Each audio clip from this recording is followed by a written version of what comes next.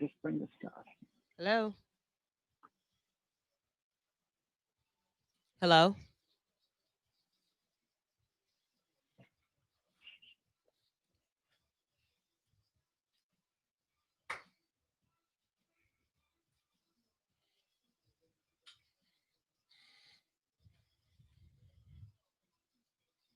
Oh, I can't hear the intro on that. V94.9 WATV, where the V stands for Vital, at 7 p.m. on Sunday nights. It's me, Lady Woo. Welcome to the show. I got my guys in studio with me. Introduce yourselves, guys. It's your boy Ready Eddie. Sir said the right hand man. We are here. We are ready. It's time, baby. Oh, it's time. Jam-packed show for you tonight. Several guests popping in, I think.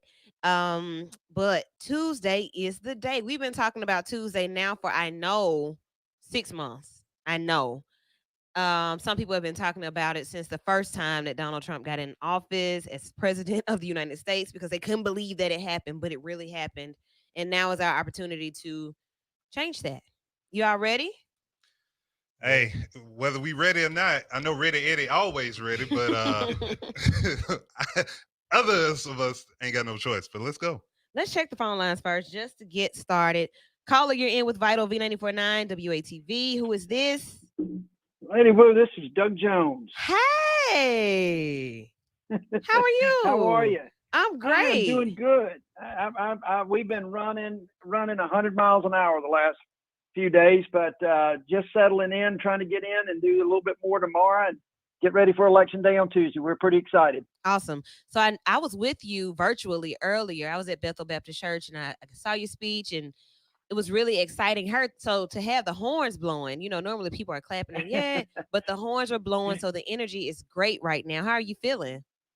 I feel good. I feel really good. We feel that energy. We've done several drive-in rallies. We had one planned in Mobile last week, but the hurricane knocked it out. But we've done a lot of those. They've been a lot of fun. We've been taking a couple of bus tours the last couple of days around from some few stops. Was in Birmingham yesterday. Went through the Black Belt today. We're going to do a little bit in Mobile tomorrow, back up through Montgomery, and then we'll hit the polls on Tuesday. Wow.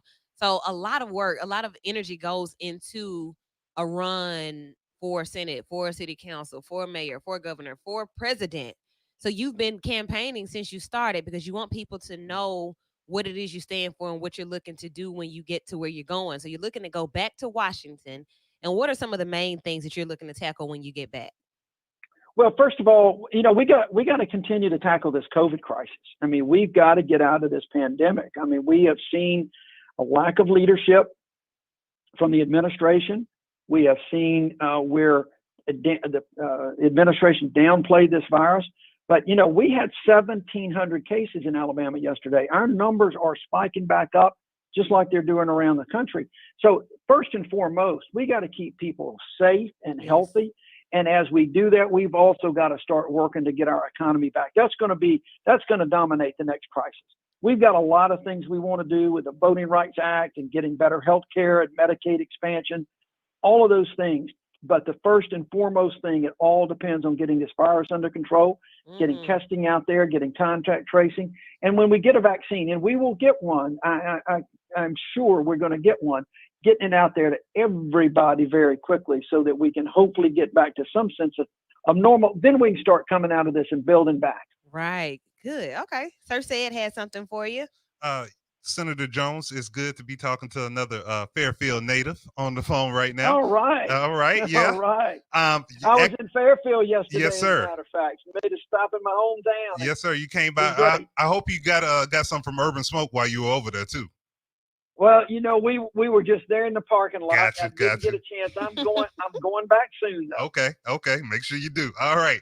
But the question I have for you hit on the Voting Rights Act, making sure that section or a replacement of that section gets added back to that act of 1965. Can you speak to the importance of needing something like that in a time like now with everything else going on in the world? Absolutely. Well, look, it's not just the time like now. We've needed that. the Voting Rights Act got gutted by the Supreme Court in the Shelby County versus Holder case. What it did was it really removed Section 5, which required everybody to get pre-clearance before they could put in these discriminatory practices. Since that time, you've seen legislatures, including Alabama, just running amok, trying to suppress the vote. We've got to put some teeth back in it. We've got to make sure that people have easy access to vote. And that's the Voting Rights Act. I mean, there's no question about it. We've got to get some teeth back in it. You know, Terry Sewell, our great Congresswoman, is a leader in that effort in the House of Representatives. It passed the House. I'm a co-sponsor in the Senate, but Mitch McConnell won't let it come to the fore. And it's so important. And I got to tell you guys, I don't know if y'all have heard this, but the guy I'm running against doesn't even know what it is. It's not that he just opposes it.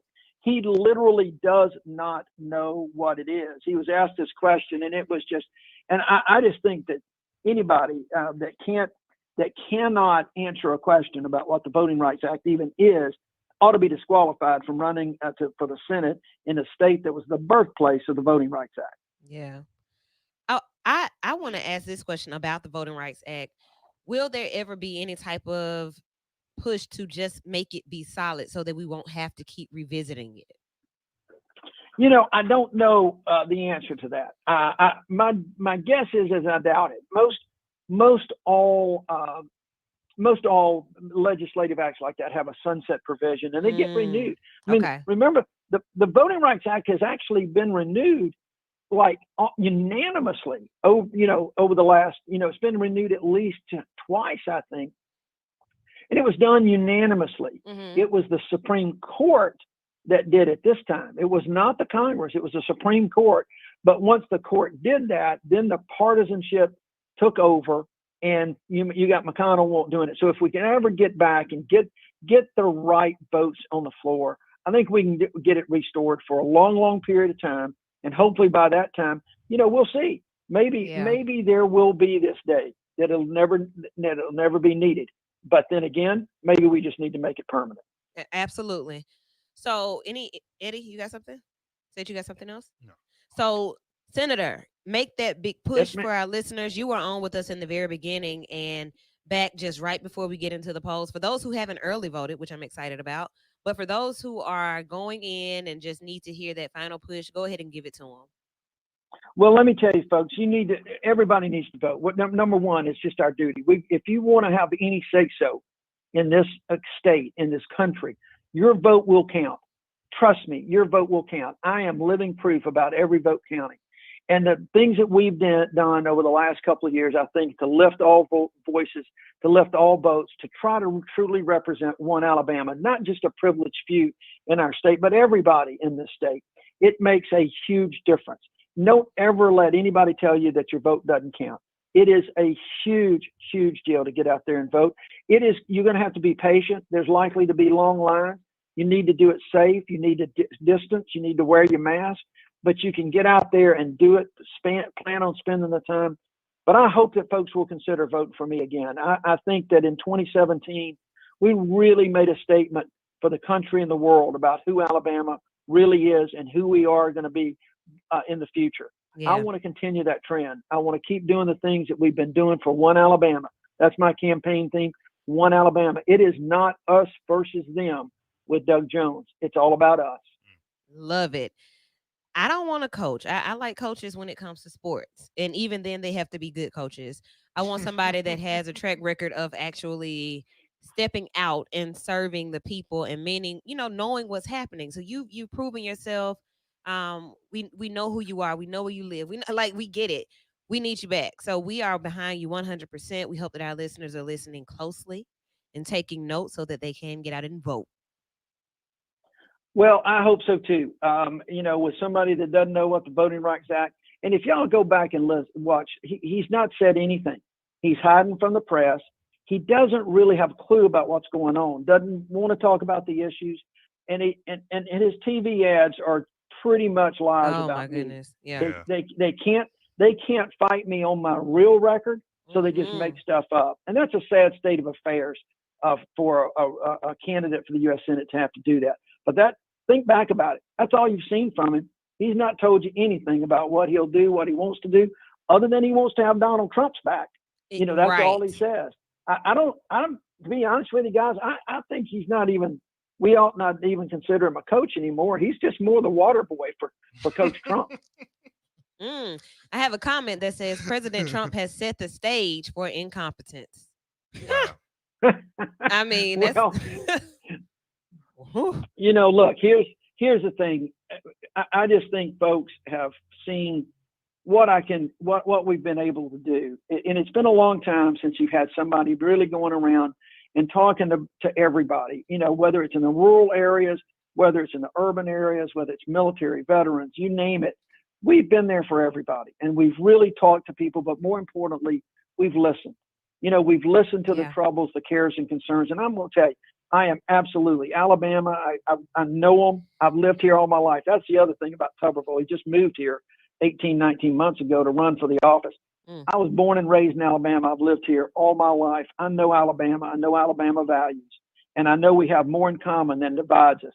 We've just let politicians divide us too long. And that's not what I'm doing. I'm all about us. Love it. Well, you get some rest. I'm not going to hold you 30 minutes or an hour. I want you to be able to be energized for the rest of the duration. I know tomorrow, and just looking at how you've toured already, I say I want to be like all over the place. I don't know. They were moving, especially yesterday. Yeah, this is crunch time. So, Senator, I just want to say thank you for coming on our show. You've always made an effort to come on our show, and not just our show, but the whole V94.9 family, just being a part of that. So we appreciate the effort and wish you the best of luck on Tuesday. Well, thanks so much, guys. It's always a pleasure being with you. I really appreciate you giving me the opportunity, because it's through you guys, it's through the media, and whether you're journalists, whether you're entertainers, whatever, but it's through the media. You're the microphones to the people of Alabama. It's not just me. You're the microphones to the people of Alabama. And it's just a dang shame that Tommy Tuberville is avoiding the media, not talking to people, because when he doesn't talk to the media, he doesn't talk to the people of Alabama. Right. We're going to continue to do that. I'm going to get another 6-year term, and we'll be on as much as you want to have me. All right. Yes. All right. We'll check in after Tuesday, get some rest, and get ready for tomorrow. You got it. Y'all take care. You as well. So Tuesday, everybody, bye-bye. Senator Doug Jones, be sure to darken that dot. If you're going to go down and do each one individually, do that. Make sure that you pay attention to what you're doing. Senator Doug Jones. Yeah, like his energy is always the same. Never gotten him any way different. Yeah, like always. That's what I say. Like I remember even in our previous iterations, like he has been gracious to call in or, make his presence known and just give a few words. So, hey, like I say, best of luck to him on Tuesday. Yes, and it's up to us. So like for as much as he tours and goes around the city or around the state, it's still up to us to make sure that he gets where he needs to go. So thinking about what could happen on Tuesday, we got some other people joining.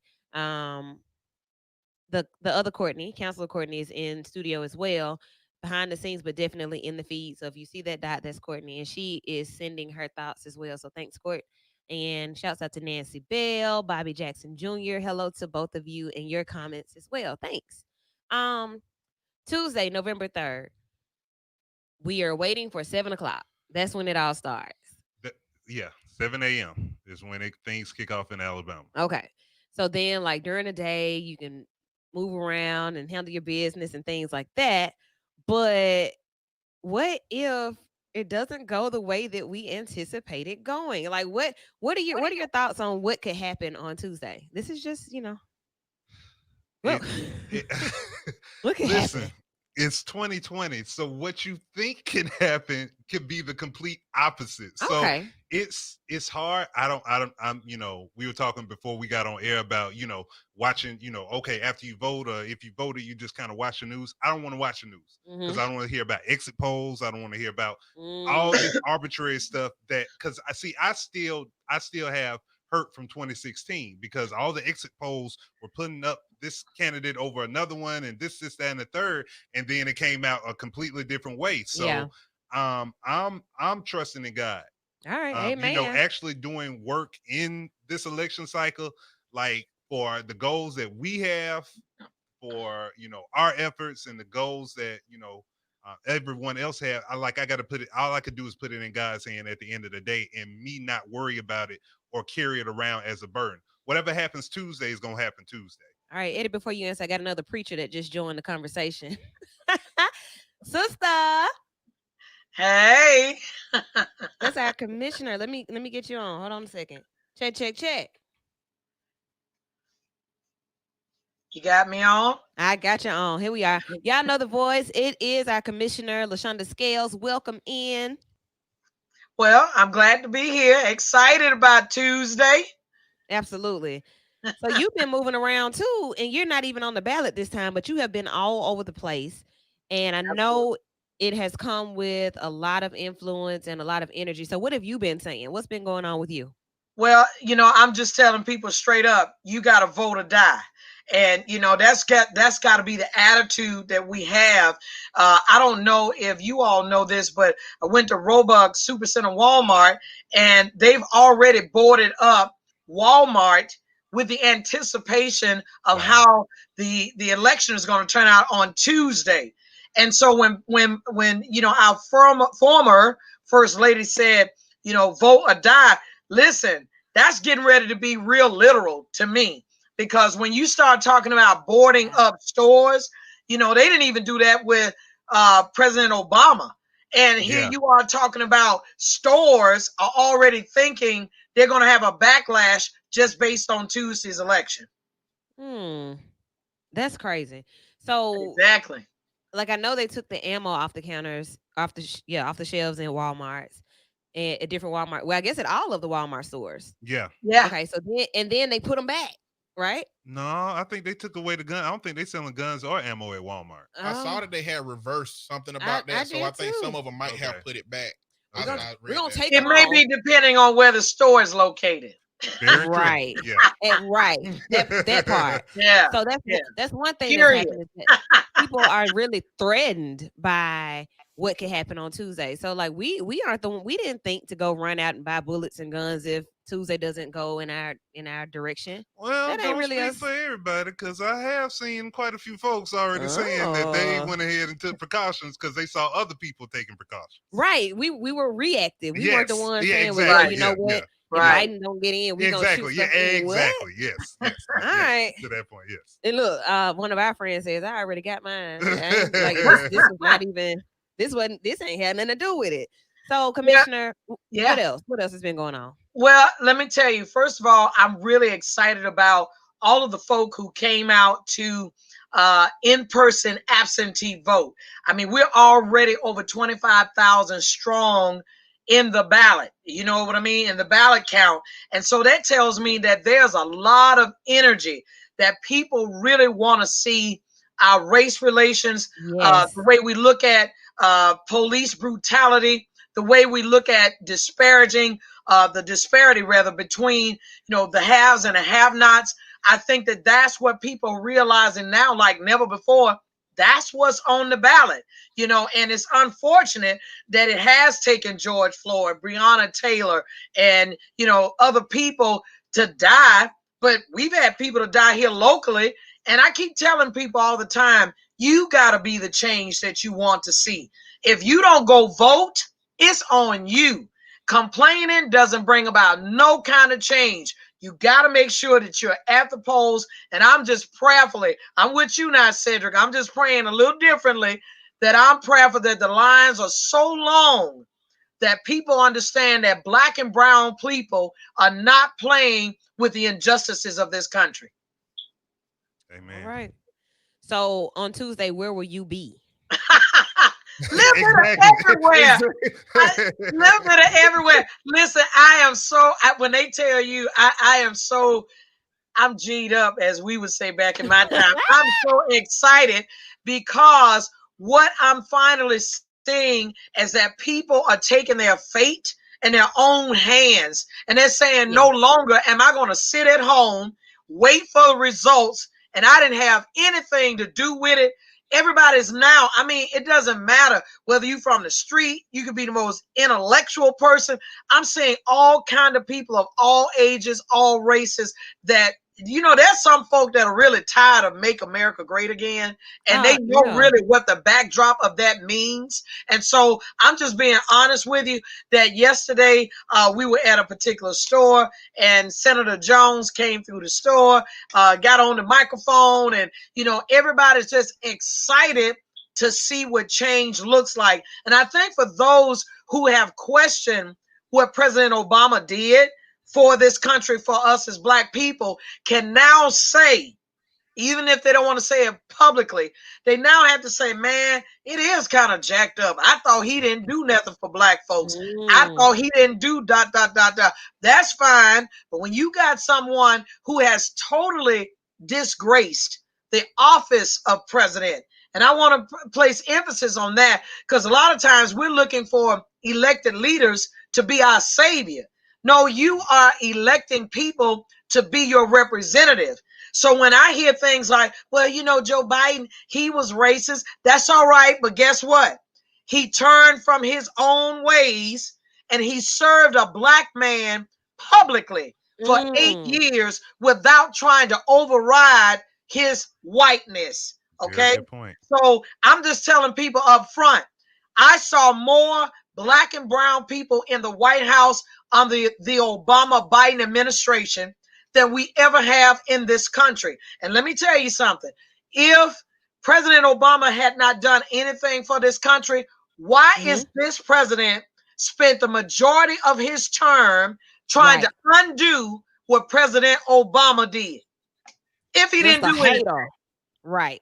So, if he didn't do anything, there will be nothing to undo. Amen. Girl, all right. That part. So, Commissioner, just an update while we have you before we go to break. People are asking about the food boxes and the mask and hand sanitizer giveaways that you were in front of. What's happening with those? So let me just tell you up front, you know, I always kind of felt like these food boxes were a part of a bigger picture of campaigning, meaning campaigning for the president. And, you know, he's put little letters in some of these boxes and so forth. And so we kind of got out of the shuffle this go round because the people who had it before, they didn't get it again. And so, you know, you just been trying to hustle and bustle. But let me tell you something. I can tell you I've moved on with things in the district, from road pavings to I'm excited to announce on your show. Nobody's heard this first, but the Wu family, the Vital family, is that the Jefferson County a year ago, we approved in our budget, you know, so that there could be some assistance in regards to your sewer and your water bill, right? And so in June, the water company said, okay, we'll match you by $1.5 million. Well, here's our surprise tonight that I'm excited to say, starting tomorrow, you can check with the JCCEO, the Urban League, a part of the CARES Act money. We are now providing assistance for those who need us, and it's not income based. Ooh, that's now wow. I'm really excited. Yes. The people are winning. Yeah. Wow. That is amazing. So partnering with organizations and getting this money to places that it should go, not saying that, hey, well, you make too much, you can't get these benefits. We can get it. Well, let me tell you something, Wu. I would rather help in this regard than food boxes any day. I've said on the county commission many times, the misnomer that people have about Black and brown people, they think that we're looking for a handout. No, we're looking for a hand up. And a part of that is going to be MONEY, right? If you give us money, you give us the opportunity to access that, we'll go buy our own food. I mean, hey, if my mama was on food stamps before, so I get it. I mean, so that's why I tell folks all the time, the food is just a bypass. Scales want to get some money into her people's hands, but they can be able to, you know, access some things that they haven't had the ability to do due to COVID-19. So if other communities can draw down on it, our communities should draw down on it. Absolutely. Thank you for your hard work with the county commission. You've been working forever. I met you working. That's who you are. That's what you do. It drives you and it drives us when you talk about it. So thank you for making that happen. Where can people find this information and how can they follow you on this daily journey that you're on? Well, they can go to our Facebook page at LaShunda Scales She Works. That's LASHUNDA Scales She Works. You can also go to our YouTube channel at Scales Jeffco 1. I had to think about it. Jeffco Dist 1. So Jeffco, JEFFCO Dist, DIST 1. And you can go to that. Also, we're on Twitter. So basically, if you get to the Facebook page, we're going to lead you to all of those other pages because it tells you exactly how to keep in touch with us. And thank you so much, Wu, for allowing me to come on with the Vital family and to say, listen, we're in it to win it. I thank God for you. Thank God for everyone that is connected to this program because you all have been a vital part of our community. And I just appreciate you so much for it. And Tuesday, November 3rd, 7 a.m. to 7 p.m., we rocking and rolling. Awesome. Thank you so much for dropping in. Anytime you need to come, let us know. And whenever we need you to come give us some pep rally, we will be calling. Yes, ma'am. All right. Same to you. We're going to take a quick break, everybody, and we'll be back in just a few. Social media, stay where you are. We're going to have a conversation with you just a few minutes. It won't be long. We'll be right back. It's Vital V94.9 WATV.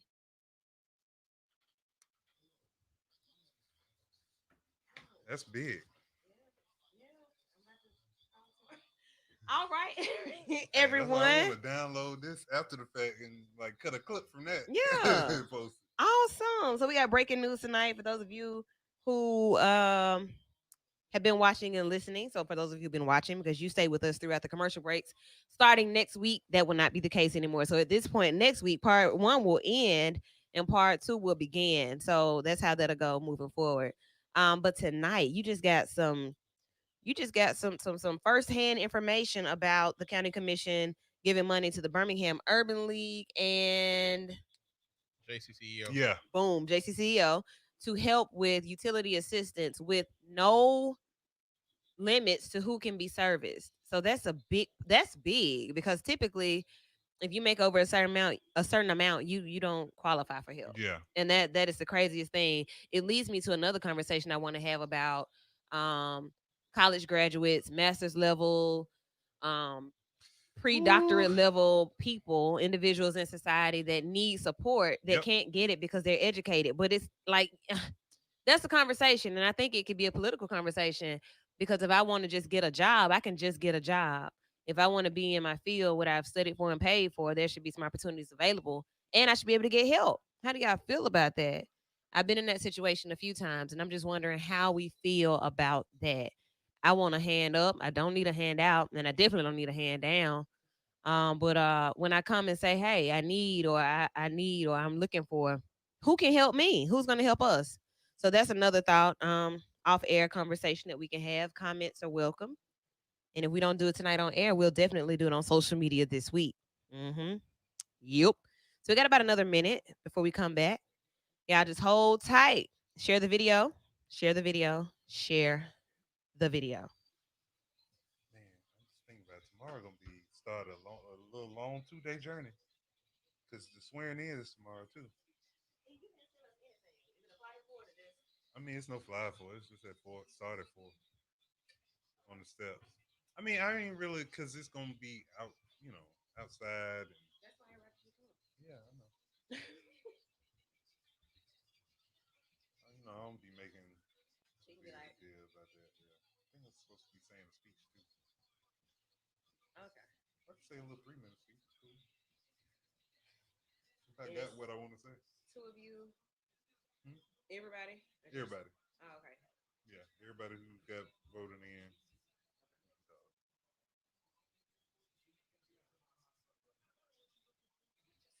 That's good to know. Yeah, I mean, I'm sorry, my bad. Hey guys, I'm the new president of the United States, and guess what? I'm not going to tell any of you. You're just going to see it on my social media. Okay. Oh man, I just shared it on. Well, I shared it from my councilman page. But yeah, charge it to my what they say, charge it to my head, not my heart. I've been forgetting about it myself. Mm-hmm. Here we It's go. like, oh, that is Monday. Okay. Yeah. Okay. Here we go.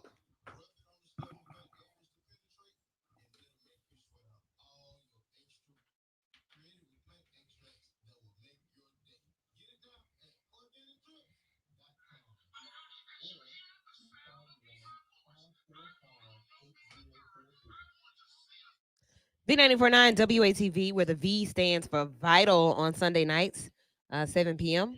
until 9 p.m. So, guys, we have had some powerhouse guests coming in, just two so far, but getting you ready, talking about what's going to happen on Tuesday, what's been happening leading up to Tuesday, and we've been doing this now for several months. Like I'm almost scared to see what are we going to talk about once it's over. Depending on who wins. Oh yeah, you're right. Let me give you a bell because that's absolutely accurate. Like what? So COVID will still be around, but like what will people be talking about once we get through November 3rd? Like what is life gonna be like? So, speaking of November 3rd, once again, it's like saying, speaking of, it's like, duh, that's all we're going to be talking about for the most part tonight. But while we're continuing on the subject and talking about people going to the polls on this on this Tuesday, Woke Vote will be set up at 5 in partnership with Commissioner Scales. Be set up at 5 different polling locations in Birmingham. For a basically party at the polls, day party at the polls from 7 to 7. Will be set up at Legion Field, Central Park Rec, Harrison Park, Our Lady of Lords on the east side, and Robinson Elementary. So stop by the Woke Boat table and get some refreshments, get some swag while it lasts.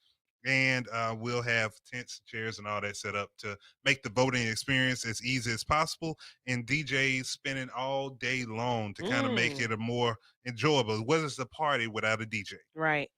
Awesome. So that part speaks to being able to really be a part of the process and not just do your like I'm gonna just cast my vote. Cast your vote, but then maybe swing by some other polls because I like Legion Field is always lit. Make sure your folks make it to the polls. That's the biggest thing. If you've already voted, like find a way to be active. See if you can go volunteer with somebody.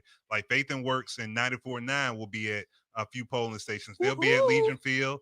They'll be at Ansley Rec, and I want to say Wiggins. Maybe I'll have to look at the other one, but they'll be set up at 3 different locations from about 3 to 7 tomorrow evening in partnership with Faith and Works. Alabama. So it's everybody's getting involved and trying to make this a very enjoyable experience, a good experience. Like I'm excited to see people excited about voting and putting the energy into vote. So I hope this momentum carries over into future elections, especially in 2022 is when it's really going to count. When we're going to need everybody voting. Okay. So we're looking at some major things. And Cedric just gave us a rundown of many places you can be. Like the energy since we didn't have classic, a traditional classic, take it to the polls. Right, you didn't really get a chance to get out and socialize or just be out. I'm thinking that the weather is going to be great. So let your top back if you got a drop top. Open your sunroof, let your windows down, put your shades on, keep your mask on, ride around to the polls. If it's blowing your horn, just encouraging people, do that. Enjoy this. Like I think that these are the privilege. Well, I know they are. These are the privileges in life that we shouldn't have to fight for as hard as we do. But because some did, because some died, because some can't, we definitely should. We should take pride in our right to vote. Just having that conversation with Senator Jones, I get asked every election season. So you gonna go and run? Run well. What they say? Run on to the end to see what's going to be. Like what you talk about. I like the fact that having a platform allows me to be as present as I want to be. I don't have to always be at a meeting. I just kind of feel like that microscope is one that my personality is good for in sense of entertainment. Like I like what Doug Jones said. The senator said it clearly. Entertainment and media really create the narrative.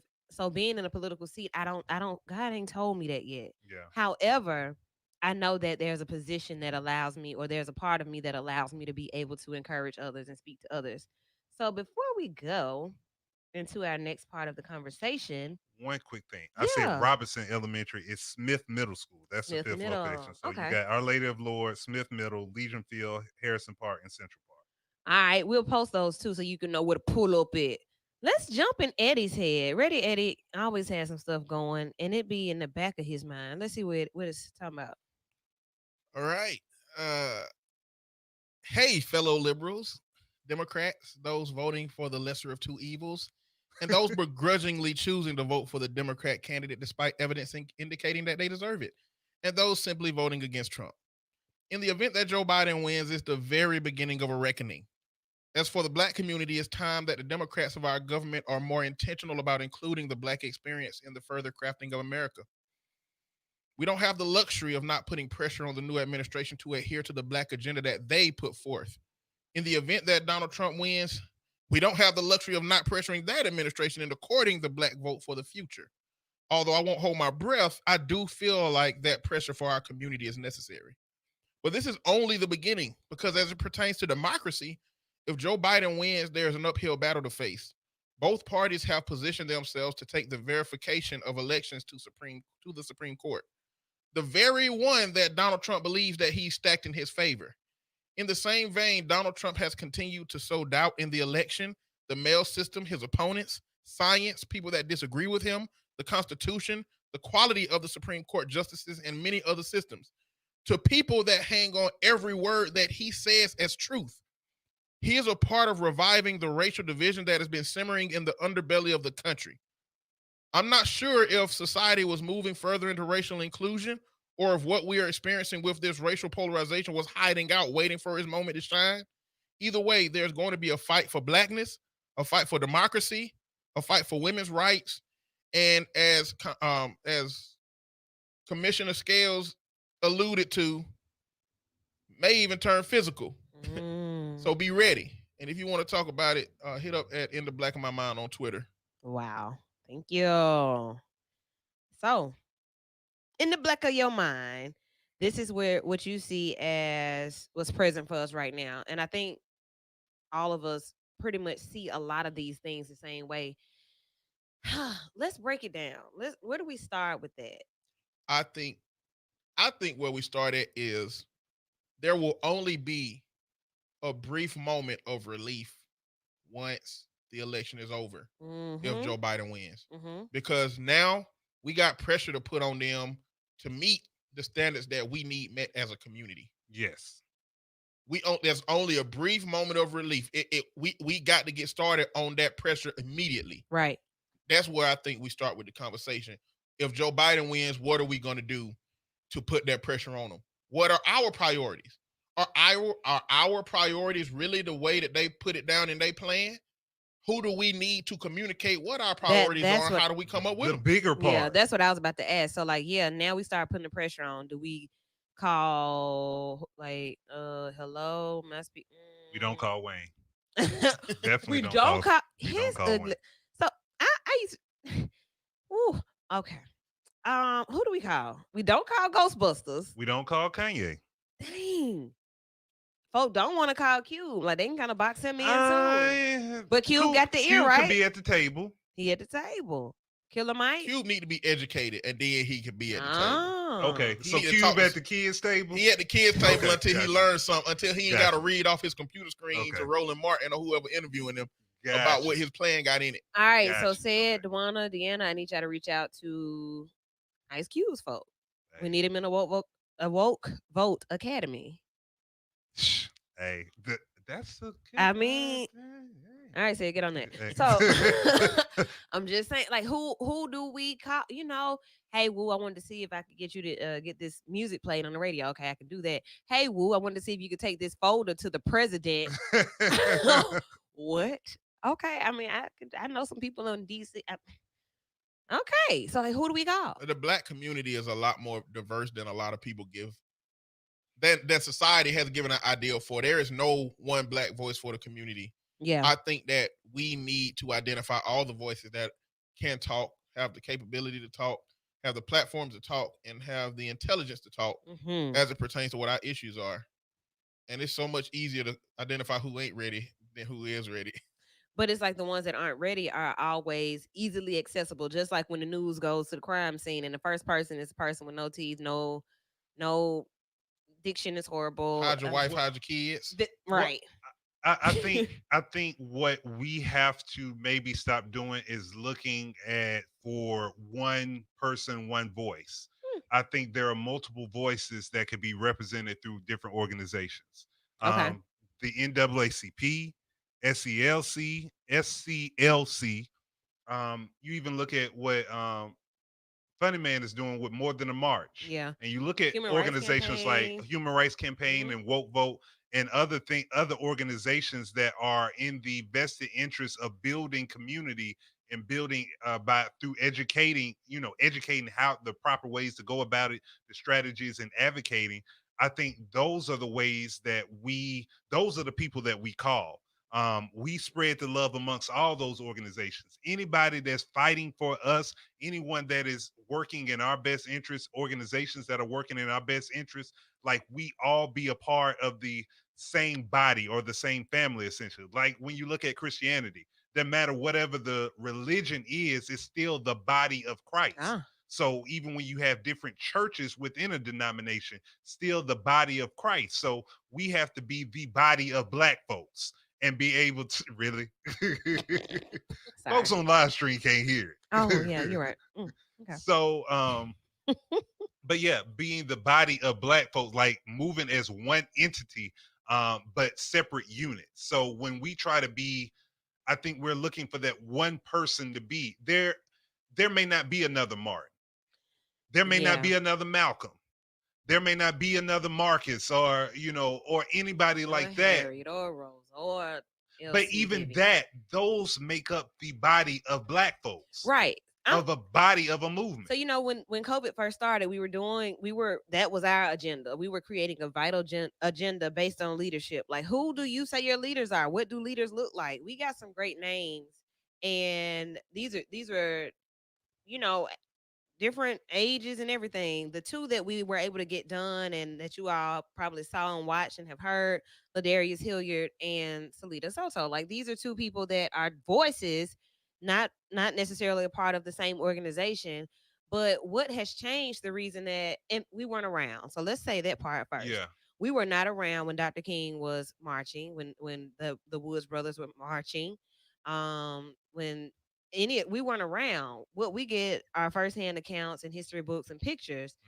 We don't know that people weren't still asking where are the leaders, but I can't imagine that they were even having to have the same conversation that we have. Like, where the leaders? But What? but even with that, they didn't. There was, I can't say for certain, but just from what I've heard in conversations with the older generation, Yeah. there were pockets of people that didn't even identify them as their leaders. Certain individuals, it's like course. they didn't respect them more. So it's like we revere them in such high regard and esteem now, but during that time, so we can very well have a Martin or a Malcolm or whoever amongst us in the midst, but are we going to recognize that person as such or recognize them as a leader? Or are we gonna say, man, he don't know what he talking about, she don't know what she talking about, I don't know why they even doing this, and disregard them. So, zeitgeist to mean spirit of the times, and what they say is that the moment chose Martin Luther King Jr. Right. If it wasn't Martin Luther King Jr., it would have been somebody else, because the times called for that person to be there for it. The same thing happened with Albert Einstein with the theory of relativity. Somebody else had created that theory at the same time over on the other side of the globe as he did, because the times and what we knew and what we were experiencing called for that thing to be known. Yeah. And so I think what we're doing is we're waiting for the time to bring about somebody that we all gonna see and recognize as a leader. Like, imagine With Beyonce? no. It's I almost imagine like when- an undisputed thing. I Okay. imagine when Martin Luther King Jr. came out and stepped out for the people that was looking for somebody, the sun would shine, the clouds parted, and the sun shined down on him to represent how significant he seemed in that moment. The people Okay. who were looking for somebody, it was easy to know that's the one. And I think that we do need our leaders around here and local leaders, because at some point, I feel like somebody is going to come up where we can say, dang, everybody can listen to him. Yeah. And we Ooh. can get behind it. And so will we be ready then? Or I is pray we'll it all going to be a be tit for ready. tat situation?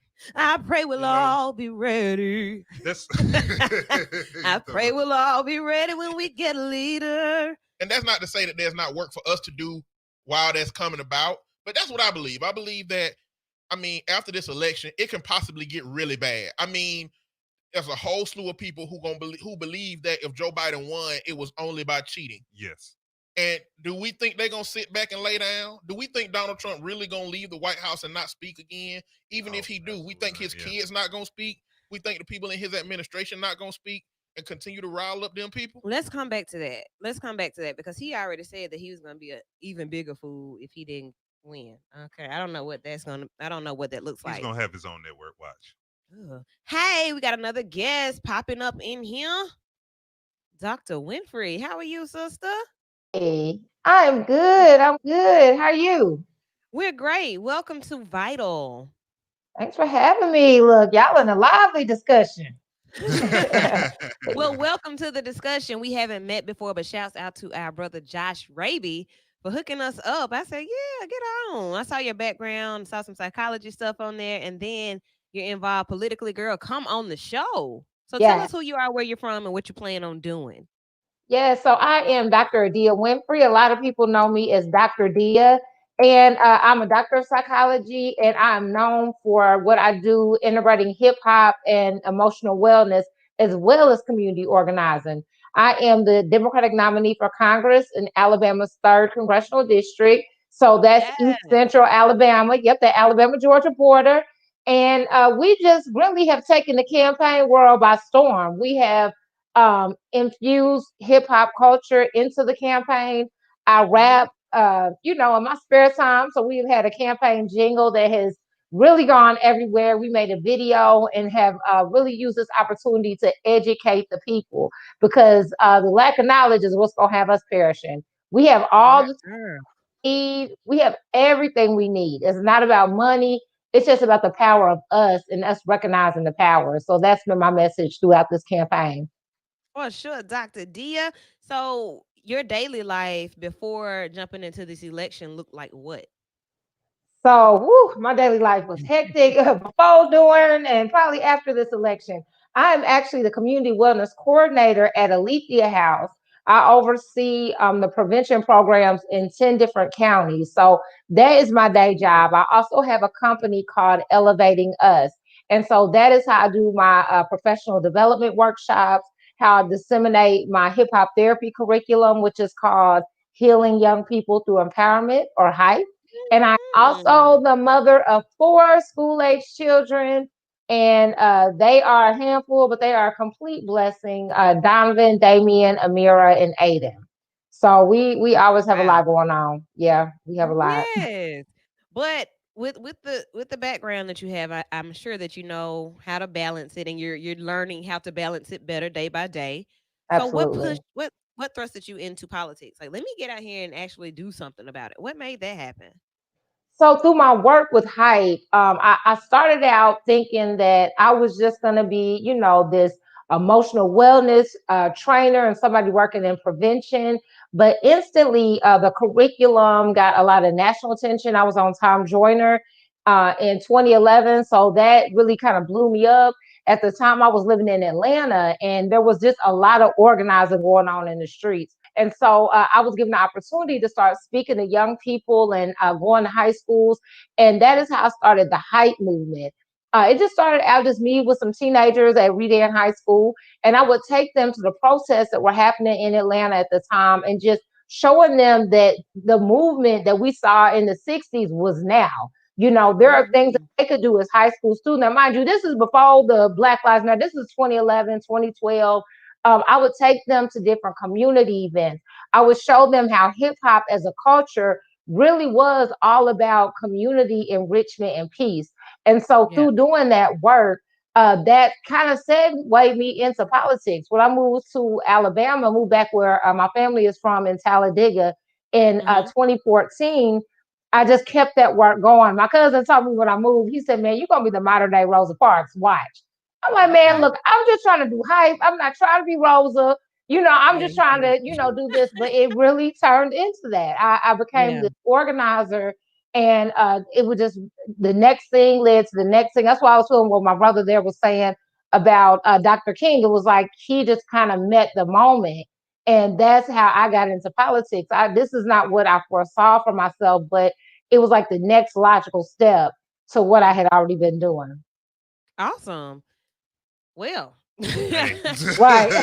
Yeah. that's dope. Like you register. You are the epitome of who we are. We're vital, and this is just like a really big connection being made right now for you to even be here with us. So we're therapists as well, licensed therapists in studio. We have a Yeah. politician who will be being sworn in this week. We are you. So this really registers for us.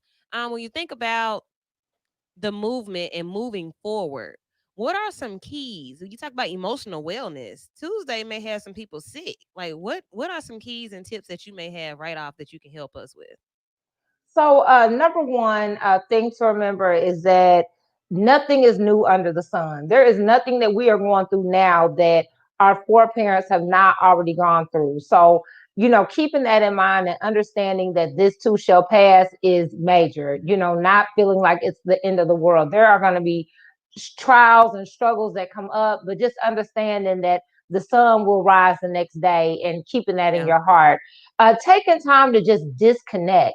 We are so like locked in with social media and 24-hour news cycles. Sometimes we need to take 5-10 minutes each day to just shut everything Share down space. and find some peace and quiet. And so to start with, I would say do that. Just do it, but do it with intention. Like say with intention, you know what? I'm shutting everything down. I'm putting my phone down, laptop down, everything is off, and I'm just going to breathe and just take that time because we have to get centered. We don't know what is going to happen come Tuesday. We don't know what's going to happen tomorrow. Like who could have Right. foreseen that we would have been in this stage that we're in right now? But taking time to just have quiet and stillness, there is power in that, and I strongly recommend meditation is key. Absolutely. So before you go, where can people find you? Where can they see your work, all the things you've done prior to now? Hear this rap. Where can we get all of that? Yeah, so you can find out about me and my programs at letsgethype.com. That's letsgethype.com. You can learn more about my campaign at winfreyforcongress.com, and that is the number 4, winfreyforcongress.com. You can go there to check out my platform, kind of see the things I've been doing, a couple of our TV interviews, and all that good stuff. But on letsgethype.com, that's where you will find the videos, the music, learn more about the curriculum. We have testimonials, even some throwback videos of the teams that I used to work with who are all now grown and parents and married. Time flies. So Yeah. yeah. That's what's up. Wonderful. Well, great. It's an awesome thing to meet you and have you on with us tonight. I know a lot of our listeners are not in your area, but it's just great to know that you're doing what you're doing and representing us the way that you are. When you represent wherever you live, Sylacauga, Talladega, wherever you're from, you represent all of us. So just Thank thank you for you. doing what you're doing, and we'll be in touch. Nice to meet you. Absolutely. Yeah, Y'all as most definitely. well. Y'all keep it up, man. I watch from afar. So y'all are doing y'all thing. And I appreciate Josh for hooking it up and you guys let me come on and talk a little bit. For sure. You will be back. Yes, yes, indeed. Yes, indeed. Y'all We keep will me in be your back. prayers. Absolutely. Absolutely. All right. So Sunday it is today. So that means that Tuesday is how many days away? 2 days. 2 days. Two- Look at you. Hey. 2 days. Technically, if you want to go by the election cycle, I'm saying it's like it's a day away now because the polls would have closed down at 7 o'clock. So yeah, we're a day away. So let's take a quick break. We'll be right back. Top of the hour, we're getting into the amendment. So be sure to get your pen and paper out so that you can know what you're going to be looking for when you get to the poll. It's Vital V94.9 WATV. We'll be right back in just a few.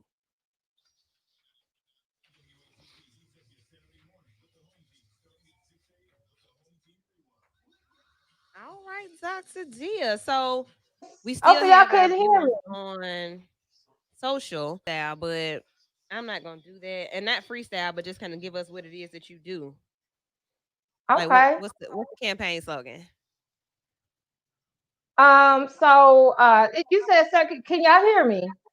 Mm-hmm. Yeah, we hear you. That's our other crew member. So she's in, but she's up at the top, so she may hear it differently. Oh, I But go got you. ahead. Okay, Go okay. ahead. So this is the rep that I wrote for the campaign. Okay. Third district roll call. When you hear your county, November 3rd, just check the box for Winfrey, Russell, Talladega, Macon, Clay, Lee, Tallapoosa, Chambers, Calhoun, Cherokee, Montgomery, Randolph, Cleburne, St. Clair. Head to the polls. Meet me there. The power of the ballot. Let your voice ring out. I voted sticker, selfie, clap. November 3rd, spread the word. Yeah, yeah. Check the box for Winfrey. November 3rd, spread November the 3rd, spread word. the word. Yeah, that's Uh, a DF for check the box Congress. for Winfrey. Oh, Hey. that part. Hey, okay. Yeah, Turn that up was my then. little So tip. November 3rd is Yes. your day, Dr. Adia Winfrey. Thank you so much for joining us. Stay tuned. Stay tuned if you want to check us out. We're on Facebook right now on Vital Show. We're on YouTube right now. We're on Cedric Norman. We're on Dana Woodruff. We're Lady on, Wu. yeah, we're everywhere right now. So share the video, let people know, and we will be in touch. Yes, y'all hit me up. I gotta get on another I gotta get on a podcast right now. But yeah, y'all hit me up. I love everything that y'all doing. And yeah, let's stay connected for sure. I appreciate Wonderful. it. All right. Well, get on to your next spot. We know you're moving. Thank Awesome. All right, guys. So we'll be back like right now. Just a second.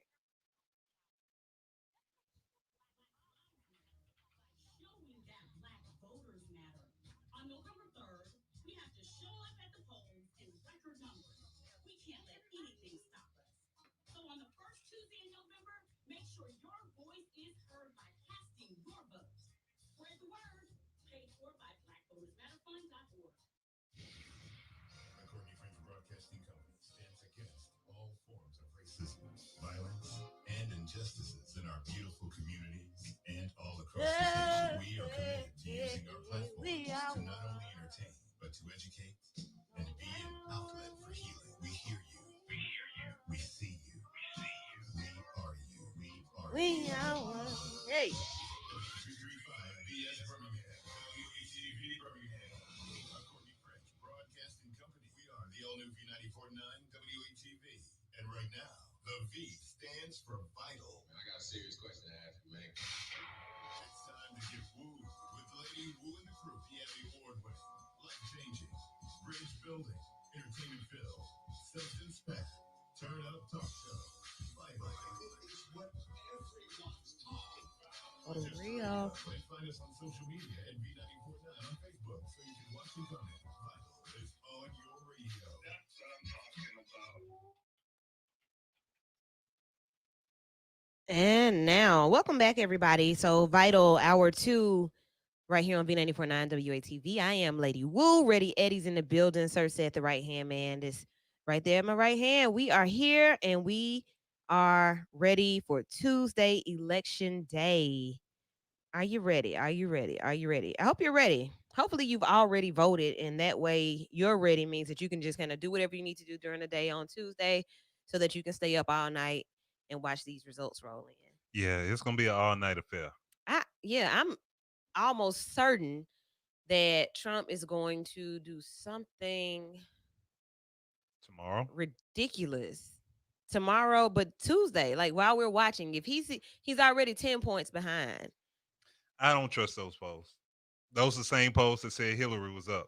Because what you have to understand, and some that they talked about even after the 2016 election, you had a lot of particularly men, white men that were coming out of polls saying, "Yeah, I voted for Hillary," because they didn't want to admit that they actually voted for Trump because of what others may have thought. So, yeah, 10%. I'm gonna say that's a plus or minus. Like it can be 10% today, and then on election day, he ended up being down and losing by 10% or something like that. So Let me tell you. we'll see. Let me tell you one thing.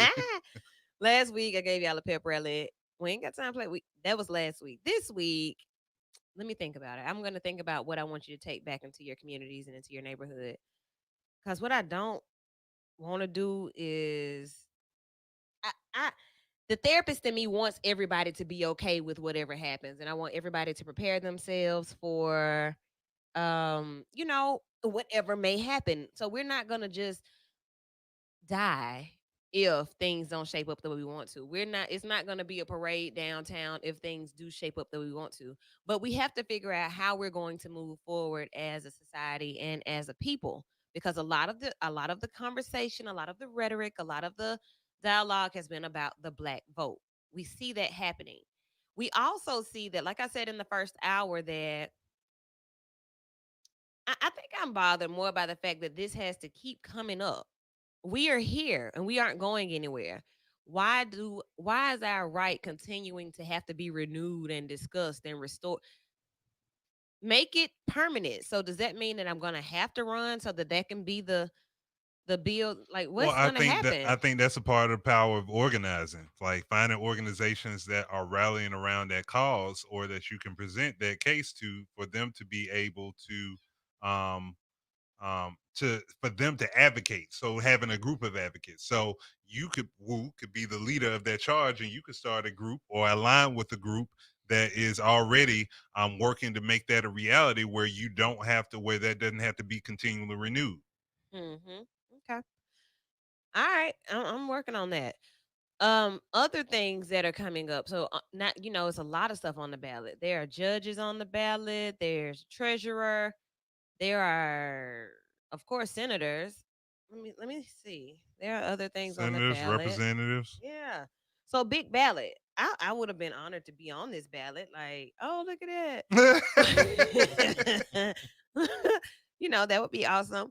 But for those of you who don't know, when you get in there will not just be it. So first time voters and maybe others who don't recognize this thing as being something that happens all the time, where you go and vote and you recognize a couple names, and then there are other things you see, like the constable. I think that's on there. You see stuff like that, and it's like, what do they even do? So we're gonna take this part of the show to jump into the amendments and then some of the other people and positions that you may see on the ballot. So from a very Layman's. I was gonna say, yeah, layman's and subjective but objective, kind of like woojective, vitalobjective, because we're going to give you some opinion, but mostly fact based on like who presented it, how did it even make it to the ballot, that type thing. So the first one, what would Amendment 1 change? What is Amendment 1? What is it? So Amendment 1. Uh-oh.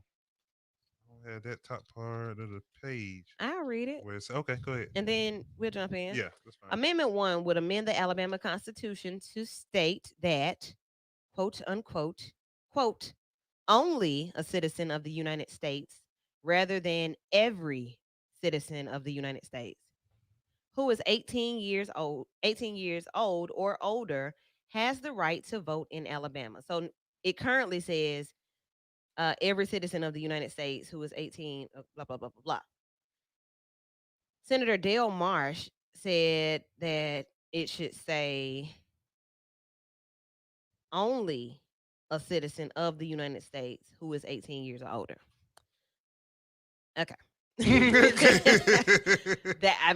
that one. Like, sir, what? It's semantics, and I think it's like they'll thinly veiled towards, well, immigrants could vote because it reads like this. Like, no, but only a citizen of the United States, rather than every citizen of the United States. Every citizen, if I'm a citizen, right? Yes. So what is it? We know the difference between the two words only. Watch that one pass. I'm thinking that with everything going on with DACA and a whole swoop of people that may become citizens, I think they might use that to say that people with dual citizenship may not be able to vote. Like if you are a citizen of Mexico and a citizen of the United States by technicality, that only a citizen of the United States. I mean, but regardless, as said, it's just a thinly veiled way for a court to use the word only and however they want to use it in that moment. Sticks and stones may break my bones, but words, they can definitely hurt. Well, and I know we're going to get into some more amendments, but I just want to take this moment to pause and say that's where some parties and some parties are able to gain advantages in some instances because of amendments that we may not understand and wording them in a way that we can't understand. And we're voting for something or against something that could be hazardous or benefit us. So like it's bigger than just the president. Like it's Oh, it's stuff way like big. this Yeah, way bigger that than could get president. put in that could harm. Like, and it's not just this amendment, but it's other amendments across the country that could, it. Man, it's So from And think to only from every. and with what said was saying, think about amendment strategy, generally speaking. Think about what strategies speak to a Republican base versus what strategies would speak to a Right. Democrat base. So that's why we probably in Alabama no time soon gonna see any kind of measure on the ballot about marijuana legalization, because it's gonna bring out the population that the Right. majority of our state don't want there. But Gambling. they'll put something on there like, do you want to be able to display the Bible on at a courthouse? Because we know that's what was on the last election. Because Yeah. that brought out a whole bunch of people Yep. that they wanted to vote to represent their interests. And so that ballot strategy in terms of what gets put on the ballot Very is good point, also Eddie. another thing that goes along with this system. Thank you, guys. So we're looking at the fact that Senator Del Marsh, Republican, is the one that introduced the constitutional amendment as Senate Bill 313, SB 313, during the 2019 legislative session. So it tells you how long some things take or how short of a time some things take. This just happened in May of last year. You have some of them that roll, how long it takes for a bill to become a lot, like they can go on for so long. But stuff like this, where you change one week, I just want to change only. I just want to change every to One word. only. Yeah. I want to change every to only because everybody doesn't deserve it. Only citizens of the United States. So I said we were trying to decide if we wanted to tell you all what to say, either yes or no. And I think what we'll do is post it on our social media. And if you don't have social media, you can call up here and say, no, we want to know which way to go. Call us and tell us if that's what you want. If you don't call, that's not what you get. But if you do call and say, yeah, we want to know which one, so the number is 994-8949 if you want us to tell you which way to go, yes or no. But that's what that is. It's changing that one word. And I will say this, that one word can make the difference Yep. in your church member that you love so much being able to be a part of the political process. This is about where I'm at with amendments. If they aren't making it easy to comprehend what's being done, it don't deserve to change. It just don't deserve to change. If they are, because they sneak a lot of stuff into this stuff to Yep. try to get whatever agenda they want move forward. And all of the people that voted on that know what implications that have, but we don't. And they not trying to explain it in this. Right. It's a chess piece. Yeah, that's what it is. If they can't explain to you what this does overtly, I don't think they deserve for that thing to change. Okay. Let's look at number 2. What would amendment number 2 do? Who's going to take that one on? I will talk about it. Amendment 2 would remove the authority of the Chief Justice of the Alabama Supreme Court to hire the Administrative Director of Courts and give that authority to the Alabama Supreme Court as a whole. The Administrative Director of Courts is the executive that oversees the state court system. Okay. The bill was designed to also remove the ability of the legislature to impeach judges, leaving judicial removal in the hands of the Judicial Inquiry Commission and the Court of Judiciary, which rules on judicial complaints. The measure was designed to change punishment for judges. As of 2020, state judges were suspended when the JIC, which is the Judicial Inquiry Commission, refers a complaint against the judge to the Court of the Judiciary. Under the measure, the suspension could only take place if 2/3 of all of the JIC agrees that the judge is physically or mentally incapable of carrying out judicial duties or poses a threat of harm to the public or administration of justice. Oh my God. Let me Yeah. play something for that. Hold on. Let me find something I want to play for that. Let me see. Bruh, what was all that? What does that even mean in the words of Carmen Simone? It's, To go me, ahead. To me, Yeah. what it means is that they've took a whole bunch of words to put into the middle of it that we want to change how judges get consequences Mm-hmm. because we probably want to give them less consequences. And then I the don't part know about if- the administrative director of courts, like hiring that person who Like who chooses that person? mm-hmm. But to me, I feel like any judge issue is based around Roy Moore, to be honest. because it took a whole bunch to get him out. Yes. It took, but you know what? I'm just going to assume the worst. If you're not making it easy for me to read it and to understand it, I'm just going to assume the worst.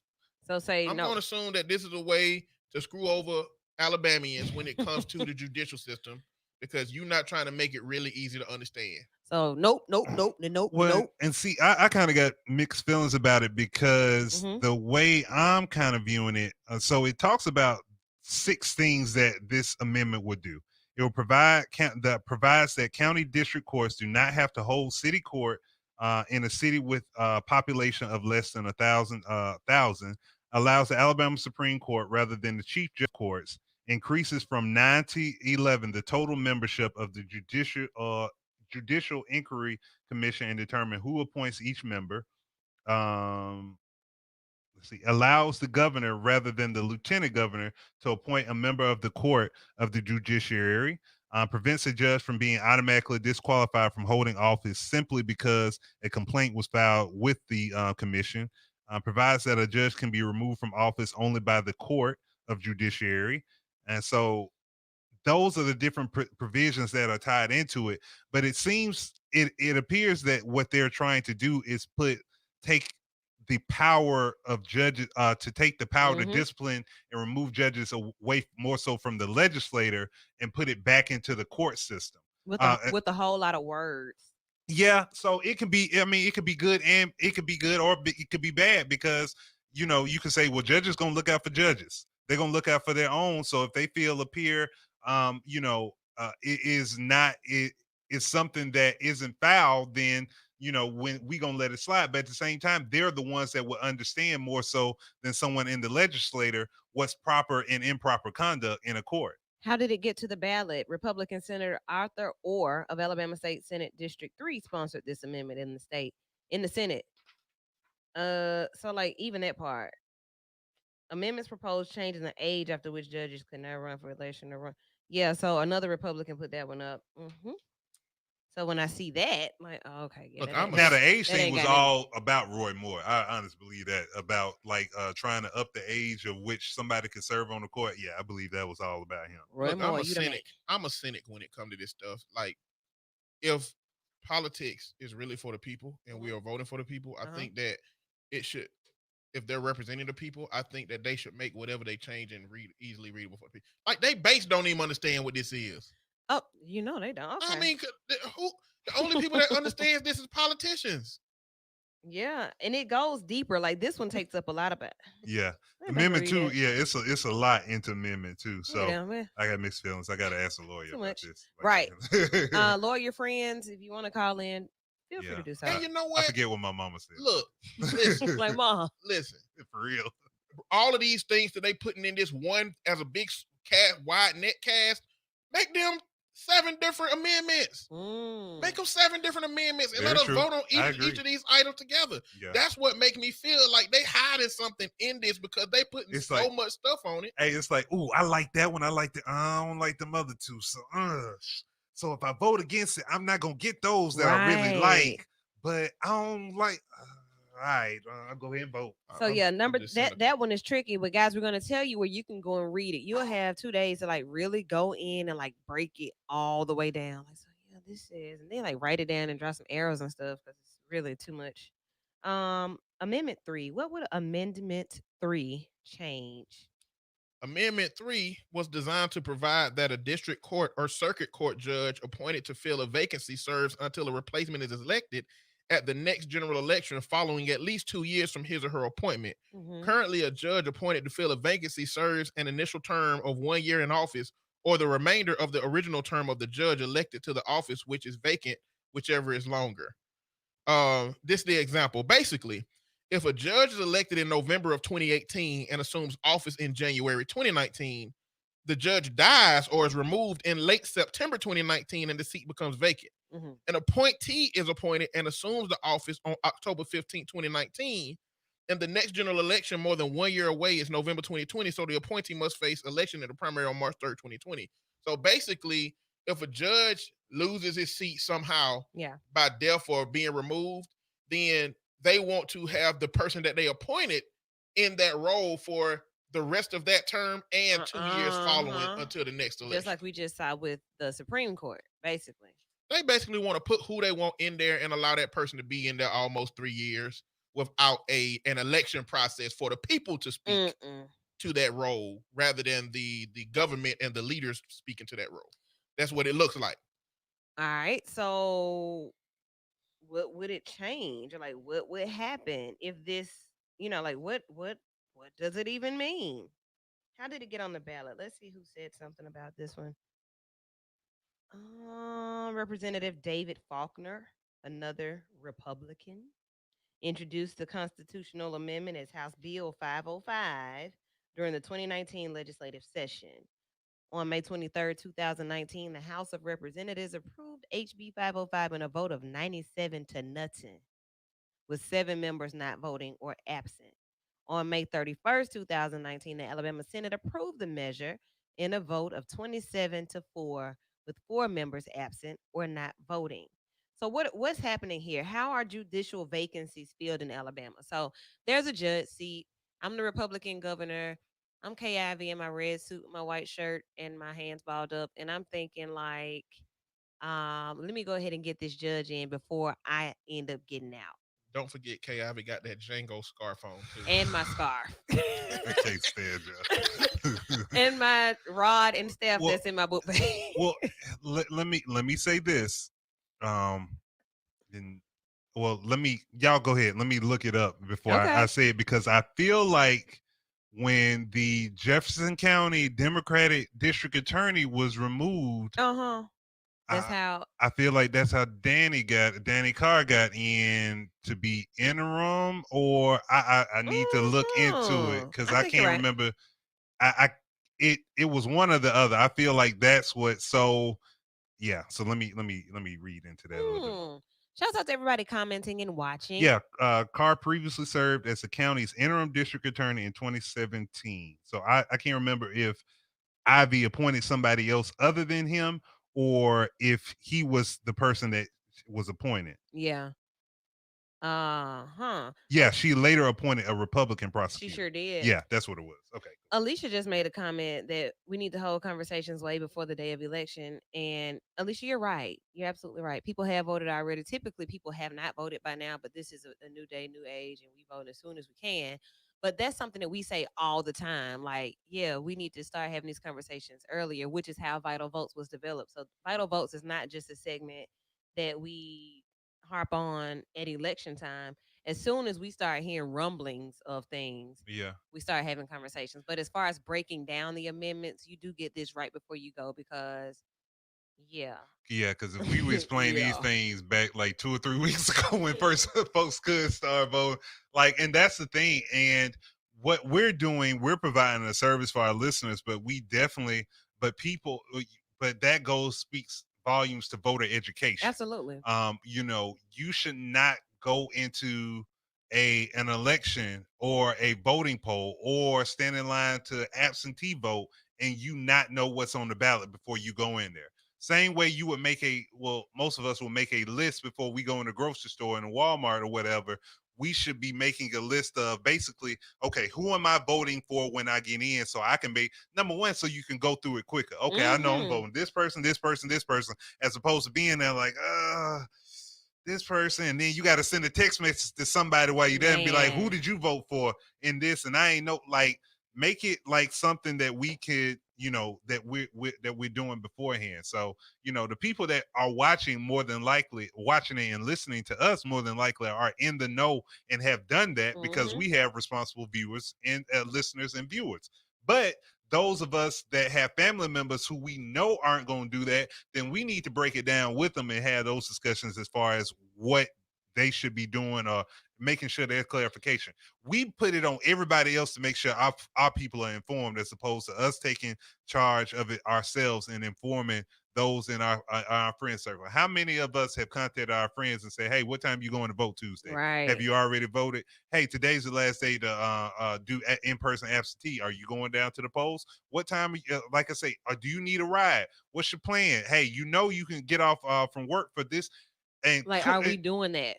Hey, and shout out to Mayor Randall Woodfin Mhm. for basically making election day a city of Birmingham holiday. So Yeah. I don't know how many cities in the country, let alone the state of Alabama, have done that. But kudos to him for taking the lead on that and saying, man, voting is important.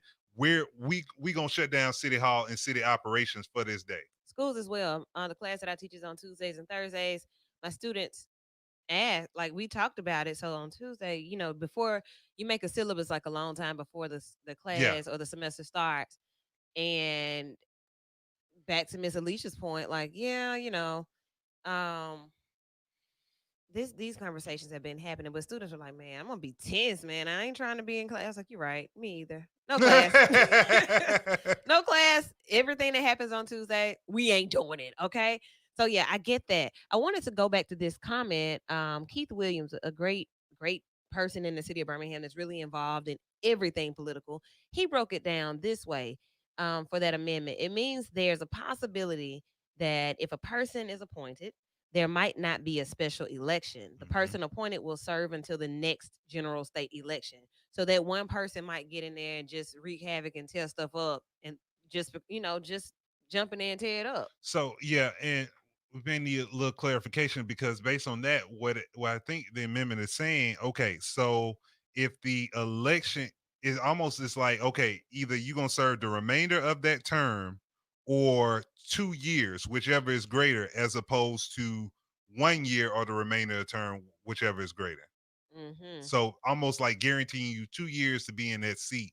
And like Eddie said, boiling over into another election. So I mean, eh, I mean, I guess it seems problematic to me to people who have been campaigning for that seat when that original term would end Yeah. to just automatically say whoever gets appointed get them extra 2 years when somebody had a plan to already be campaigning for that seat. And Mm. because they are voice for the people and the people want to hear them. And if indeed this legislation takes the voice away from the people and gives it in the hand of one person or a small group that Leave it makes how that, it is. I don't care for that. All right. And So and this don't make it overtly easy enough to understand that that's what it's doing for me to be concerned with giving them and, and a solid. we got a caller, guys.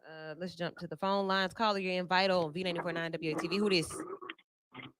Hey, what's happening, Will? Hey, how you doing? AJ. Hey, AJ. What you Hey, got? tell your colleague right there. He talks well. He has a good point, and I like it when people are very learned to teach other people. Yeah. Hey, Woo. The one thing I have to say, and I've been saying this, and you've been saying this as long as I've known you. Mm-hmm. Elected officials have to do more. It's a shame that we just started getting out and talking about getting out to vote, the GOTV. Right. These people have money to do this, and we wait to the last minute to try to really uh, excite our people about getting out to vote. There shouldn't have to be an excitement about doing what you need to do to make your neighborhoods, communities, your world better. If you are a world changer, change the world by taking these people out who have not done their job. Wow. Woo, I'm asking all politicians to start using the word serve. I'm asking to serve. I'm not running for office. I'm asking to serve because it seems to me, Woo, these people don't want to serve us and we don't ask for too much. And so if you don't ask for nothing, we get nothing. And then the politicians go to jail for taking money and doing other things because we don't have watchdog groups to watch these people and they don't really want to serve. Have a good night, Woo. Thank you. Yes, AJ. So y'all know AJ's a regular. yeah. I told him the other day, you need a show. You need to come be a part of Oh, the yeah, Vital that crew. was- Hey, yeah, because very he'll potent. call into think tank and just be going in, And but he be hitting on all the points though. and Yeah, that that that was is that's been AJ since I've known him. Yeah, yeah. So he's one of those I- jewels of the city. Yeah, I remember interning down at the city council and Mhm. AJ coming down to the city council meetings and the community meetings so he is always let folks know. So AJ has always been on the front lines doing what he needs to do. For So sure. So you value when you have somebody like that speaks those terms, and you hear, hey, y'all need to change your rhetoric to serve. Maybe you should listen because people listen to AJ. So thank you for calling in. Alicia Richmond is on Facebook going in and on the live. I really appreciate that. Make them work in our community. All right. So the comment that I see that she put earlier, we need to get those judges out of office. Let's look at local municipal. We need to be looked at.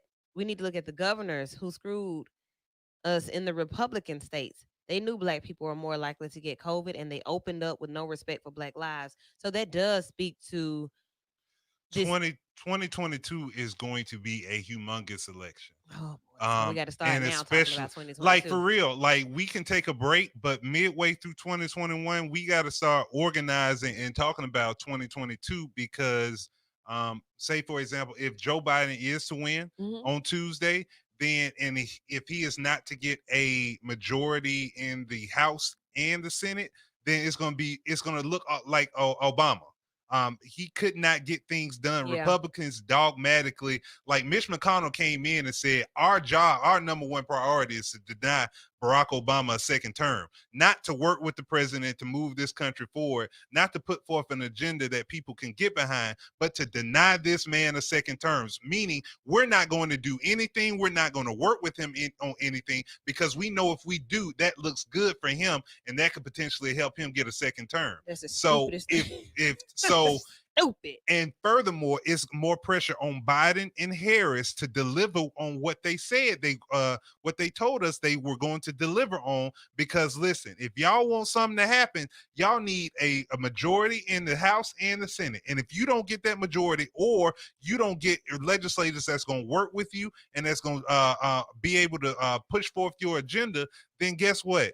You're not gonna have none. So if you we gonna give you a pass in 2020. We gonna be like, all right, we rolling with you on whatever. But on 2022, it's time to collect. And if you don't live up to what you say you're gonna do, then it's going to be hard to get people to come out and vote in 2022 for the interest of moving this country forward.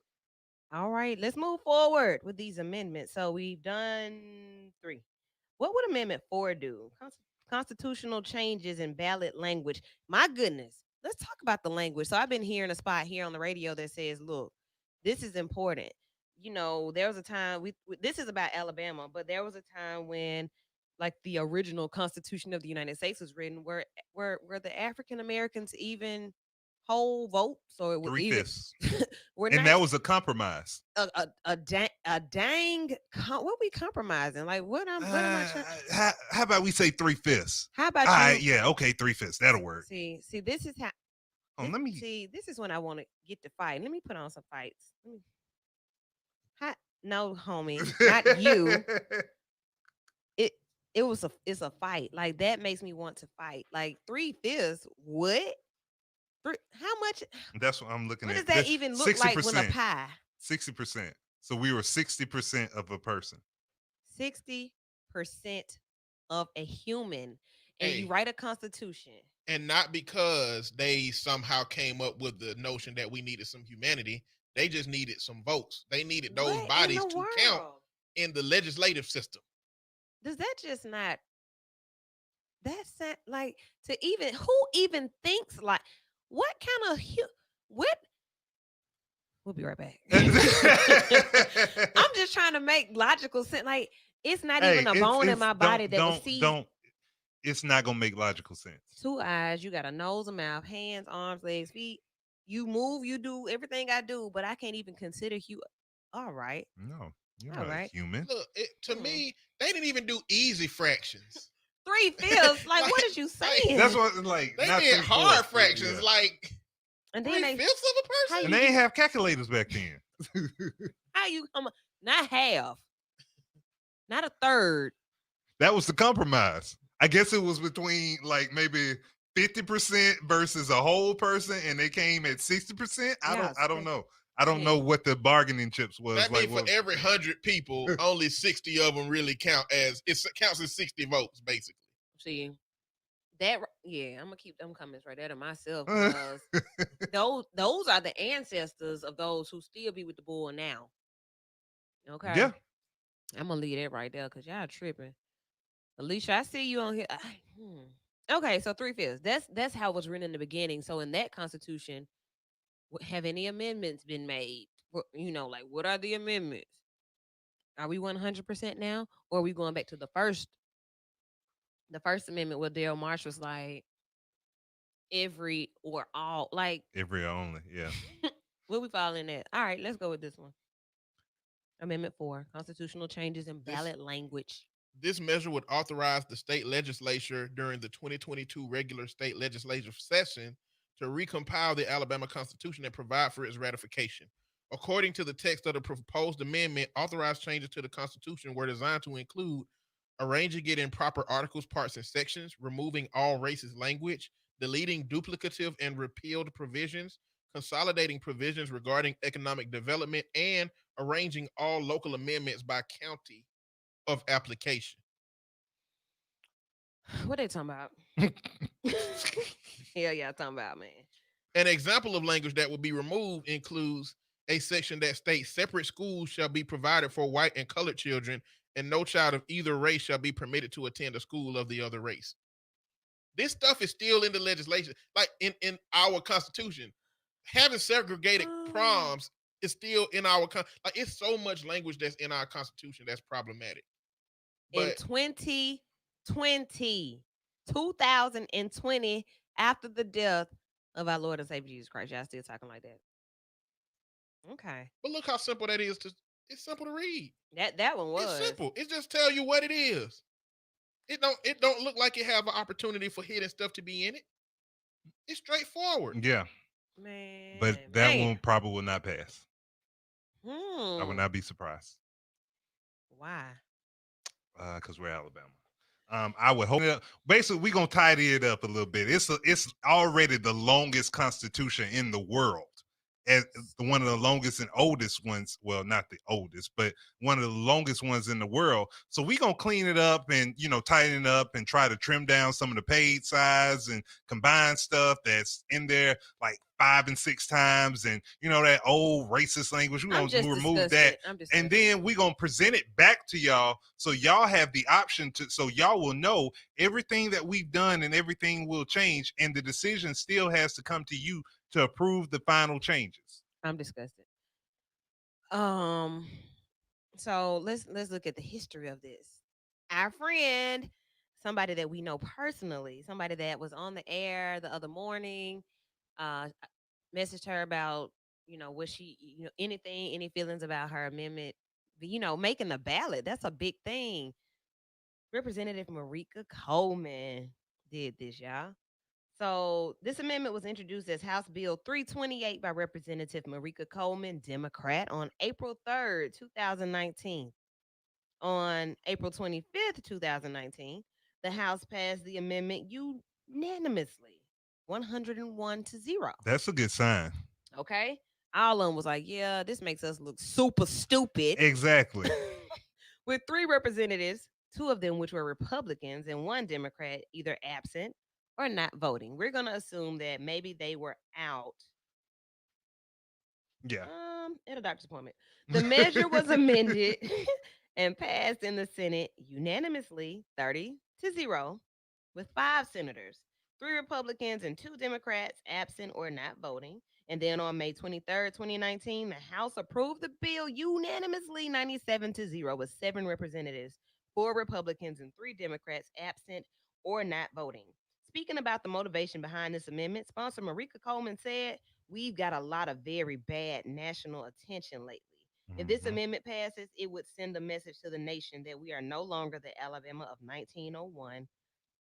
We are the Alabama that condemns the spirit of discrimination with which this Constitution was actually developed."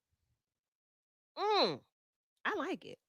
I like it. I mean, it's So- practical and makes sense. So, do those numbers make you feel a little bit better about it? Said that unanimous votes.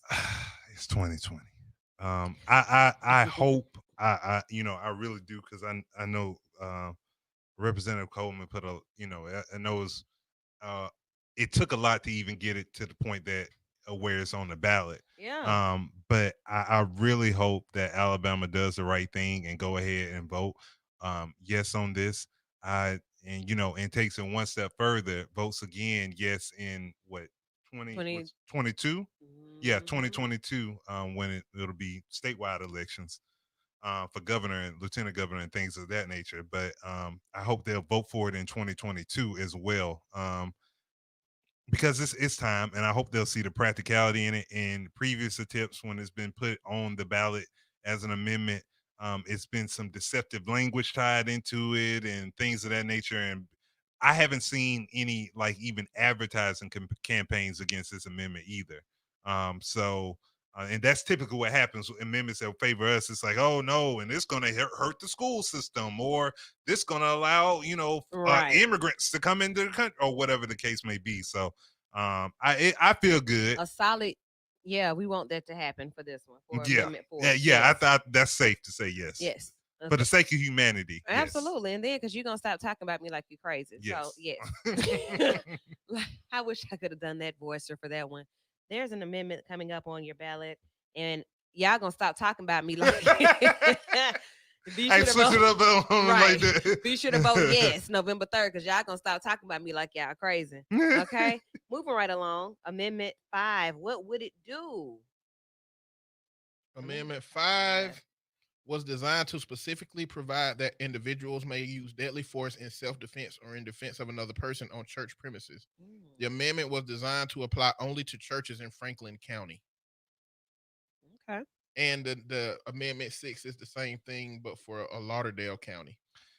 And we are Basically what they're trying to, so that's not going to pop up on our ballot, but basically what they want to do is extend stand your ground to churches. So not only can you, if somebody come up on your property, you have the right to shoot them. If you own the church grounds, you got the right to shoot somebody if they come up on the acting wrong. I thought we had it anyway. Before we jump into that one too deeply, I want to shout out Benny Mack from our morning show right here, the Home Team Morning Show. He's up now. I would be, well, time went back. So it's not actually as late as I thought it was. So maybe he goes to sleep in about 10 minutes. But shouts out to Benny for commenting and being part of the conversation, talking about the Constitution and just the real change that would come with Absolutely. it. Yeah. His comment says that they really wanted to change the Constitution, they would call a special session. We wouldn't have to wait for an election. Right. Mhm. That's what really needs to be done. This Constitution that we have needs to be completely thrown out, and they just need to start off with a new structure. It- But I think Representative Coleman, no, that's a big reach for her without Republican support, because that's what it would take to be able to get a call a special session. Since they control some it, they would have bipartisan. to. Yes, they would. That would have to be a Kumbaya. bipartisan effort on that. So I applaud her for trying to do that. Basically, that's all we doing every time we have an election and Patchwork. amendments come up. We doing patchwork. We can patchwork. There's a whole organization that is developed or that is organized to take down the Alabama Constitution. I can't remember the name of it, but I met them in undergrad, I think. Yeah, yeah. That's why they organized to take care. Like this Constitution, we don't want. It's like bogus. We need to get like rid of it. throw it away. Yeah. So that's what I'm gonna look into. Keith Williams just shouted out the Voters League Justice Watch Group. So there are people watching for special interests for minorities and African Americans. So with this one, churches having the right to harm people if they get wrong on the church premises. Before COVID, I was at church every Sunday, and I was the church member that. So my dad is the pastor. That's the first thing, and sometimes church folk be coming for the pastor. So I'm the daughter that's gonna tote, because if you come for the pastor, somebody has to be ready. I'm the Christian that everybody's praying. I all heads bowed, eyes closed. No, my eyes are open, and I'm looking around. Somebody got to be ready, right? So what does this? I mean, I'm just trying to see why they had to allow these two counties to stand their ground. I've been standing mine. What about y'all? White privilege. Oh, Simply put. but I'm not white. But I've been But doing that. no. If you do it on church ground, then they gonna arrest you and try to file charges against you. No. But with this, Mm. it would benefit if somebody I didn't like came up on my church grounds or came up on me while I'm at church. Now I have the right to shoot them, and it shouldn't be I felt Dang. all I have to say is I felt in danger, I felt threatened, and that's it. That's basically what stand your ground. That's why so many black men have been killed in Florida by walking up on a porch and trying to knock on the door to see, trying to get some help, or just trying to sell like just different stuff, because stand your ground. I'm saying that's what That's the what whole thing with Trayvon Martin was about, standing your ground. So I do want you guys to know, like when we break this stuff down and tell our personal stories, is to really illustrate the verbiage that's being said. It's not to minimize the severity of what's being said, or of it's not that at all. But it's to really make it make sense. It's to really break it down with layman's terms. Everybody can relate to being at church and some popping off, and that's what we've been hearing a lot about. But I guess my question for these is why are we responding to them? And it's about Franklin County, and Well, we're not responding to it. Prior to it 26, was on my ballot. Mine too. it was. Yes. See, that's what I was just saying. Wait, Why is this on my ballot? Yeah, I it don't was even on my live ballot. here. So I was just like, Because I was just reading something that was saying, because I remember they passed, prior to the passage of Amendment 3 of 2016, local constitutional amendments were voted on by the entire state of Alabama. Amendment 3 of 2016 changed the requirements so that by unanimous vote of the legislature, a constitutional amendment could be declared as having local application and would be voted on solely by the county or jurisdiction. But Since you the put it local on mine. okay, so here you go. Since the local application resolution for Amendment 6 had 3 no votes, the measure needed to appear on the statewide ballot as well as on the ballot in Lauderdale County. So that was the rule that they implemented in 2016. So had there been 0 no votes, then it would have only been in those counties. But since there were other counties, basically other parts of Alabama that objected to it, now we're going to let everybody else decide what happens in these counties. So Attorney General Steve Marshall put out a notice about this, and it was based off of the West Freeway Church of Christ in White Settlement, Texas. It was a shooting. In where? White Settlement, Texas. The hell is that? I assume it's a white settlement exclusively. It's crazy. But it was a white shooter. He came into the church. They wouldn't give him some money, and he shot 2 people. And Texas law actually says that you can't bring a gun into a church, a place of worship. And so they voted to be able to have. So basically, they voted for churches to be able to act as a private business. Yeah. Which means that the church can choose whether a person can bring a gun in there or not, whether that be a security team or whether that be a church safety plan that allows you to bring a gun. But it was illegal to bring a gun in there regardless of who you were. And so that's why. So a lot of people started to inquire about that apparently in Alabama, and they put these measures on there, even though what Keith points out is that Alabama, we don't have that problem. Our stand your ground laws already applies to churches. You can like churches in Alabama already can bring guns into the church if the church permits it, as if it were a private business. So gotcha. I really don't know what it does for them 2 counties. I guess those counties are too paranoid, don't want a white settlement to happen. You got to strengthen our gun laws. I don't like that name. Franklin County is down there by Tuskegee. If you know anybody down there, this is who it applies to. All right. That's crazy. They want to make sure you're not confused with who's supposed to settle here. White settlement. What? They just want to make sure we get it right. Next time I go to Galveston, I'm going to. I imagine the welcome to white settlement sign. It's got white in all caps. Man, that's welcome to white settlement. Turning around. Red dirt road out of here. Okay, guys. So we have time for one more, and there's one more that's on your ballot on Tuesday. So that one talks about it's the same one as Amendment 5. Oh yeah, sure is, because it's just for the other county. Yeah, What's the other county? Let me see what Lauderdale County. What at it? No. All right. Do they even pick up B94.9? Like, I doubt it. Franklin and Lauderdale County. So we're gonna vote on. Well, your hey, behalf. they could very well be listening to us on the app or via B949.com. You're right. Let me not downplay COVID time. Anything can happen. Everybody's paying attention. So we talked about each of them in detail. Yes to no to all of them except for the one from our representative. Marie well, we said we weren't gonna really make an opinion on the other ones for real. But like 4 is like one. I said 4, but 4 is one of those like we can't we have to give an opinion on that. So, Yeah. and the answer is definitely vote yes for that. Yeah, we have time for one more caller. Caller, you're in with Vital V94.9 WATV. What you got?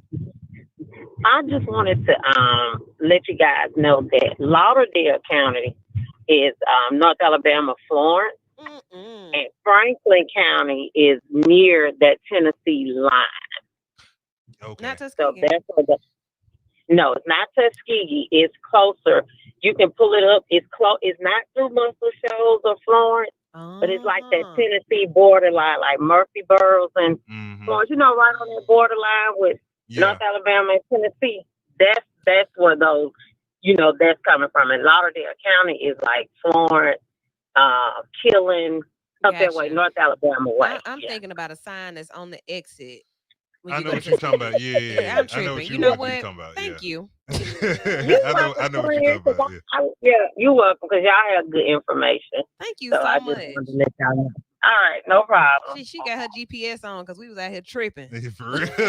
Hey, I couldn't tell you one way or another. I was like, yeah, that's what. Yeah. Yeah, I saw a sign like one time going by down there. I do. Yeah. I think I know what sign you're talking about. Yeah, it's like right at the exit. So now we know like there's probably like a little small city with about 10 people, but this county is North Alabama. Gotcha. So thank you so much, listener, for calling in and sharing that information. So we have had a hearty conversation about the election November 3rd, the amendments, which are big because a lot of people, one thing about voting, you'll go in and you think that it just being honest, like you don't want to be the person that's in your ballot booth knowing that there's a line of people back there behind you Right. waiting and you like reading it and Right. calling folk, and you're supposed to be able to walk in and do and walk out. That's what Right. we think, but it's no time limit. You can stay in there all day. Because if they see you with that phone, it's a wrap. Yeah, you taking pic. Boy, they don't play that. That happened Yeah. to me once. I was just trying to, ma'am, you can't have your phone. But and see, this is the thing. That's why you need to, like, you still got 2 days. Yeah. Excuse me, a day. You still have a day. A whole day. For the election. So you need to be taking the time now, like I say, so you can know. Make your own sample ballot. You can walk in there with a sample ballot. Yeah. Make your own sample ballot and use that as your sheet to make sure, Make like your you just cheat sheet. exactly, you transferring it over from the sample ballot to your real ballot to know. Now, don't put that sample ballot in the thing. Remember what's real Oh and my what's fake. goodness. I'm just saying, don't need that mistake because Yes. machine will not accept it. But you need to make sure that you're, you know what I'm saying, prepare before you go in there so you know. Right. And look, I mean, our yes and our no means what they mean to us, but Yes. you need to be informed about what they mean to you. Right. This is an opportunity to be informed because when you go to that courthouse, it's going to be somebody outside that hand you a sample ballot with everything filled in. You know, you need to be informed. Oh yeah, it's real tempting to just be like, oh yeah, this is the easy way, but you don't know what those people's values are. You don't know what their agenda is. You need to vote for your interest, and that's why I try my best not to say yes or no on what it is. Just be informed. Yeah. Vote what's important to you. And I'm gonna challenge. Know what's important to you. I'm gonna challenge you not to even hit the straight party ticket box when you go in there. Even if you vote straight party, at least take the effort to fill it all in And so individually that's as what I was opposed just to about just to clicking say. on that. Because I asked, even though I've asked this question every election that I've been able to vote in. So if I hit this button, this one right here, if I circle all straight ticket for this party, does that mean that I can't go down? Like, will something happen if I do the rest of them too? Just to be sure. Like if I hit all Republican and I go blue, I darken that in. Or I hit all Democrat and I darken that in. Can I still go down and make sure, just so y'all know it's real, that I darken that dot too? Can I do that? I think you can, but it's gonna go by that top one. Now, Okay. I've heard different things. I heard that you can do a split ticket, like if you say, bubble in all Republicans, but vote for a Democrat, then that it validates it being a straight ticket. It's vote individually. Alabama. So I was talking to somebody earlier, and Alabama is one of 6 states that still has straight party ticketing. Everybody else has basically gotten it off their ballots because it doesn't make any sense. Yeah. It's just it's a lazy way to vote, in my opinion. So, vital education. Before this, we had already started talking about just like the role of the Senate, the role of the House, who needs to control what, who the third in power would be, who, we've been having these conversations, but it's important and it's vital to have them right before time. It's like a crash course. It's that cramming. You do that, when you're really aiming to get the grade and get it right. You study up until the moment of. I'm walking in, but I'm watching videos of this person. I'm listening to this. I'm watching this podcast. I'm checking these polls. So you may wait. You may have a strategy where you wait and show up at your poll at 5:30. I'm gonna wait till 5:30, or I'm gonna wait till 6:30. They can't tell me I can't get in line because polls don't close till 7. If they close at 7 and I'm still in this box till 7:30 reading my ballot, you have that right. You have that right. Your job can't tell you that you can't leave work to go vote. You get an hour legally to go and vote. Shoot, they need to up that. Yeah, For for real. real. With the Like, lines, you're yeah, right. with Oh COVID. yeah, charge your phone up. Might Mhm. want to have a backup battery. Yep. Make sure your A Bluetooth backup or whatever battery you for listen what? to. Oh, If your you're, phone. yeah, What if kind you, of phone got battery? no, Oh. no, no, no, the external backup battery. The battery pack. Get the little battery pack. Charge up your favorite Yeah. headsets. Have some backup headsets for your Hey, pocket. go ahead and bring your chair. If you know in a regular election season that your polling place is long, go ahead, get you one of them chairs. So go ahead and camp out in just in case you need to sit down and get up from time to time. So yeah, Get you this some peanut butter crackers and hey some for real water. to get a snack, get some water. Hey, so if you one of these 5 polling locations or one of the other 3, it's gonna be snacks and whatnot out there. So Right. and we gonna try to keep you hydrated and taken care of. But if you voted like a wax spot, you might want to take your own stuff, or either Uber Eats or DoorDash you some food. If you see that there's going to be an real. issue, make sure you take your medicine or at least have it in Hey, your especially bag. take your medicine. Yeah, we don't need you that having stuff. health Yeah. crisis and Low scares. blood sugar. Nah, that nope. If you can, for younger voters or for voters who take care of children or take care of elderly, make plans for them as well. Yeah. Pets, make plans for those who depend on us. Thinking of some other things. The major thing right now, PPE, that personal protection equipment. That's what I call it. Make sure you have your gloves, your mask, your hand sanitizer. The shields are good. If just depending on what route you want to take, because COVID is still real. We have not mentioned COVID much at all in the past couple of days because everybody's so focused on the election. But that's a big part of the election. COVID is on the ballot. That basically like that. COVID is running the election. Like, you see what has happened with COVID-19. Numbers are back up everywhere, y'all. Yeah. Like, I feel more comfortable around you all now. But having lived through COVID one time doesn't mean that I would be as successful the next time, because you can get it again. There is no cure. We don't know much of anything. At first they said antibodies lasted 90 days. Now they saying, maybe not. It just depends on the person. Look, don't be out here playing with COVID. Yeah. And I would say make sure you have your hands ready for somebody who get in your bubble without a mask on. Mhm. Tripping. That's gonna be the story. These people showing up at polling sites and don't have masks and refusing to put on masks and causing scenes some places. Slap them. But I feel like Hey, I know spray who 'em that- with some hand Sorry. sanitizer. I feel like I know who those people will be voting for though. So Oh yeah, most definitely. I mean, if they gotta go, they just gotta go. Stand down. What did they say? Stand by and stand back. Whatever the hell he said. Stand down, and stand by. So that's what we're telling y'all too. The other part of it is, Alicia, great point. People need to go by what they know, what they've learned tonight, and not what rappers say. Amen. If you follow a rapper, what did Lil Wayne have on? What is that? The first day of middle school outfit, Like a Girl Scout. a little sweater like thing that he was putting on his big boy suit to go to. I'm going to see the president today. Y'all remember watching the movie Men in Black, and the first Men in Black, and that big roach creature had on the white man's skin. I feel like Lil Wayne just got on a human skin. That's what I feel like. I don't know what he is up under that, but he just don't look regular. He don't look regular enough for me to say that's a lot of issues. Remember Lil Wayne, and this goes into the other side of our scope of work, but suicide attempts, that he raps about. He talks about his backstory, his life, and rap and money saved him, but he's still that person struggling.